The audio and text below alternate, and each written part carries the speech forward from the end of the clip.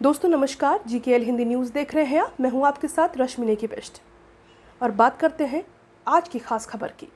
कौन लोग हैं जो ISI के साथ, ISIS के साथ या फिर उन आतंकी संगठनों के साथ अपने रिश्ते जोड़ने का कार्य करते हैं, जो भारत की सुरक्षा के साथ खिलवाड़ कर रहे हैं। और आज हम सबको तय करना होगा, यह देश भारत की सुरक्षा के प्रति प्रतिबद्ध इन नौजवानों के बल पर चलेगा या फिर आतंकवाद, नक्सलवाद या किसी भी प्रकार के अपराध का समर्थन करने वाले कांग्रेस, TDP और TRS की उन मुस्लिम तुष्टीकरण भरे उन कार्यक्रमों के आधार पर जो इस देश को विभाजन के कगार पर ले जाने की दिशा से एक षड्यंत्रकारी प्रयास किए जा रहे हैं। और आज इसीलिए हम सब आपके पास आए आपसे कहने के लिए, ये चुनाव केवल सत्ता परिवर्तन का चुनाव नहीं, ये चुनाव हमारे लिए आने वाली पीढ़ी के भविष्य को उज्जवल बनाने का चुनाव है, भारत की सुरक्षा को सुदृढ़ करने का प्रयास है।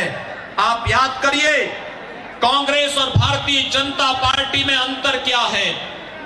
कांग्रेस के समय में इन पाकिस्तान प्रस्त आतंकवादियों को कांग्रेस के समय में बिरयानी खिलाया जाता था और भारतीय जनता पार्टी की सरकार आई है, हम एक एक पाकिस्तान प्रस्त आतंकवादियों को ठोक करके गोलियों का निशान बना करके जिसका वो हकदार होना चाहिए था उसको उसका वो हक देने का कार्य कर रहे हैं। मित्रों, देश की सुरक्षा कैसे होनी चाहिए, भारतीय जनता पार्टी देश के अंदर इस कार्य को बता रही है, उस प्रकार का कार्यक्रम कर रही है।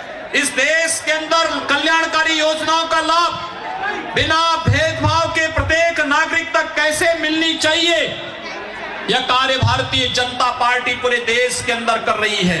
आपने देखा होगा 4 वर्ष में मोदी जी ने 2 करोड़ परिवारों को आवास दिलाए, 4 करोड़ परिवारों को निःशुल्क विद्युत कनेक्शन उपलब्ध कराए, 8 करोड़ महिलाओं को उन्होंने रसोई गैस के LPG के निःशुल्क कनेक्शन उपलब्ध कराए और 12 करोड़ परिवारों को जिनके पास अपना टॉयलेट नहीं था, एक एक टॉयलेट उपलब्ध कराने का कार्य भारतीय जनता पार्टी की सरकार ने किया। मित्रों, इस देश के अंदर 60 करोड़ लोगों को, 60 करोड़ लोगों को 5 लाख रुपए का आयुष्मान भारत में स्वास्थ्य बीमा की गारंटी देने का कार्य किसी ने किया है तो केंद्र में मोदी जी के नेतृत्व की भारतीय जनता पार्टी की सरकार ने किया है। कांग्रेस, TDP और TRS से पूछ लीजिए, आखिर ये कार्य वे भी कर सकते थे। TRS कांग्रेस का सहयोगी दल केंद्र में UPA गवर्नमेंट में रहा है।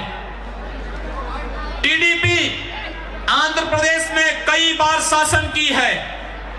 कांग्रेस को देश और प्रदेश में कई बार शासन करने का अवसर प्राप्त हुआ है, लेकिन इनको कभी भी इन मुद्दों पर कार्य करने की इन्होंने जरूरत महसूस नहीं की। जैसे भारतीय जनता पार्टी ने विकास की योजनाओं को किसी व्यक्ति, किसी जाति, किसी मत, किसी मजहब के आधार पर नहीं, इस देश के नागरिकों के लिए, चाहे वह कोई भी हो, अगर वह उसका पात्रता रखता है, हमने योजना का लाभ उस तक पहुंचाने का कार्य किया।